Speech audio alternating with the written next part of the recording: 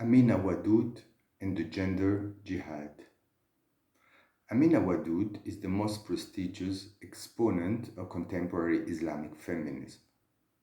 African American, she was born meritoriously into a Christian family in Bethesda, Maryland, USA. Her father was a Methodist pastor, but it seems that this did not have a particular impact on her education. In 1972, she was only 20, Mary pronounced the Shahada, or profession of faith, and became a Muslim, taking the name Amina Wadud 2 years later. It was only after her conversion that Amina devoted herself to Islamic studies. She attended University of Cairo, both the American University, earning a degree in Arabic, and the State Public University, as well as the most important religious university in the Sunni world, Al-Azhar, where she studied Quran exegesis and Islamic philosophy. She earned her PhD in Arab Islamic Studies from the University of Michigan in 1988. Her academic career was short, but it brought her visibility. Amina was assistant professor at the International Islamic University in Malaysia from 1989 to 1992, professor of Islamic Studies at Virginia Commonwealth University from 1992 to 2008, after which she retired to devote herself entirely to research. She has held visiting professorship at various universities around the world, including Gajah Mada University in Yogyakarta, Indonesia. Her academic career has not prevented her from being a wife and mother of 5 children. Amina Wadud is a passionate advocate for Islam and has sought to overcome gender barriers. 2 acts in particular have thrust her into the news. In 1994, in Cape Town, South Africa, she delivered a Friday sermon, khutbah in Arabic, during a public prayer. And most importantly, in March 2005, in New York, she led a mixed group of men and women praying together, serving as imam, in a church that agreed to host her after 3 mosques had declined the invitation.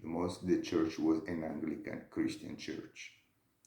One cannot understand the boldness and provocative nature of Amina Wadud's gesture if you're not taking into account that preaching a khutbah, a Friday preaching, leading prayers, are theoretically functions strictly reserved for men.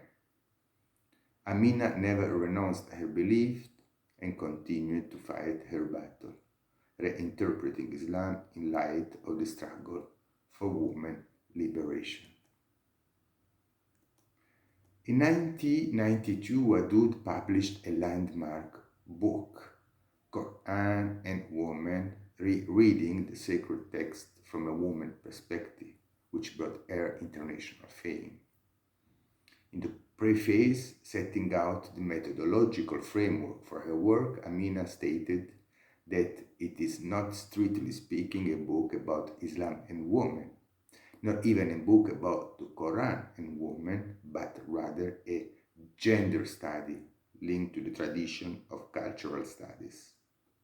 The concept of gender is much broader than that which pertains to a mere sexual difference, having social, cultural, and even political implications.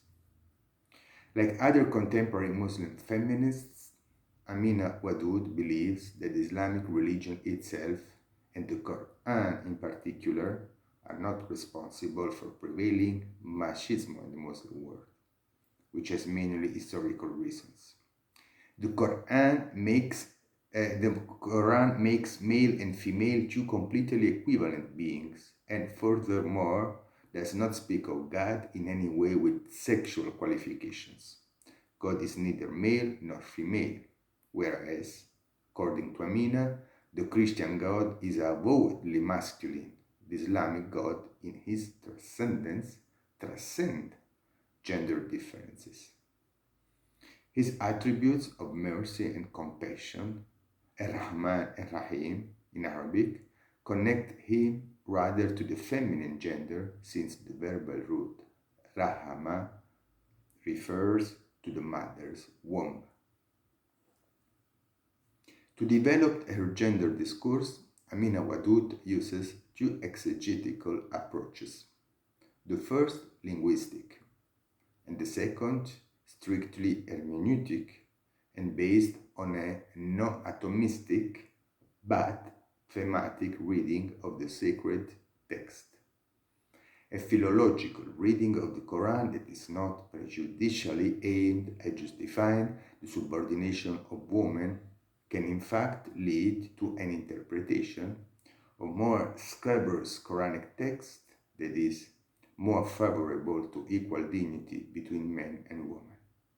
For example, when the Quran says that husbands can daraba their wives, Quran 4:34, it does not mean to give them permission to beat them, one of the meanings of the verb daraba, but rather to suggest that they set examples that are instructive for women.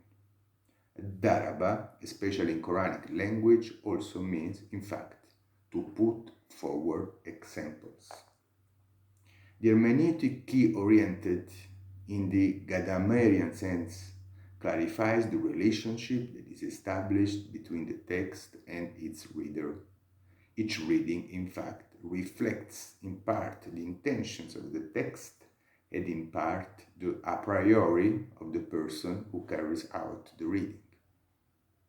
Every exegete makes subjective choices. Some details of the interpretation reflect his subjective choices and not necessarily the intention of the text. This allows, on the one hand, to minimize the importance of conservative interpretations and, on the other, to not remain bound by the letter of revelation. Amina Wadud's method is then based on two other assumptions. Commenting on the Quran with the Quran, a constant concern for Muslim exegetes of the Holy Book since the Middle Ages, and approaching the text from the outside, that is, maintaining a distance from it in space, time, and culture, in order to safeguard that objectivity of approach that is freed from historical contingencies.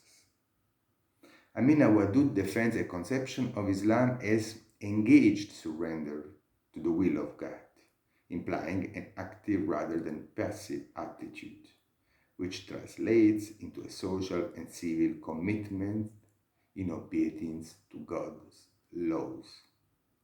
God made human beings his vice-regent, or Khalifa in Arabic, in the sense that he granted them free will, and the ability to act. These characteristics are proper to both genders, male and female, but primarily to women. This is therefore a highly activist approach to religion, and from a female perspective, Amina Wadud has called it a gender jihad.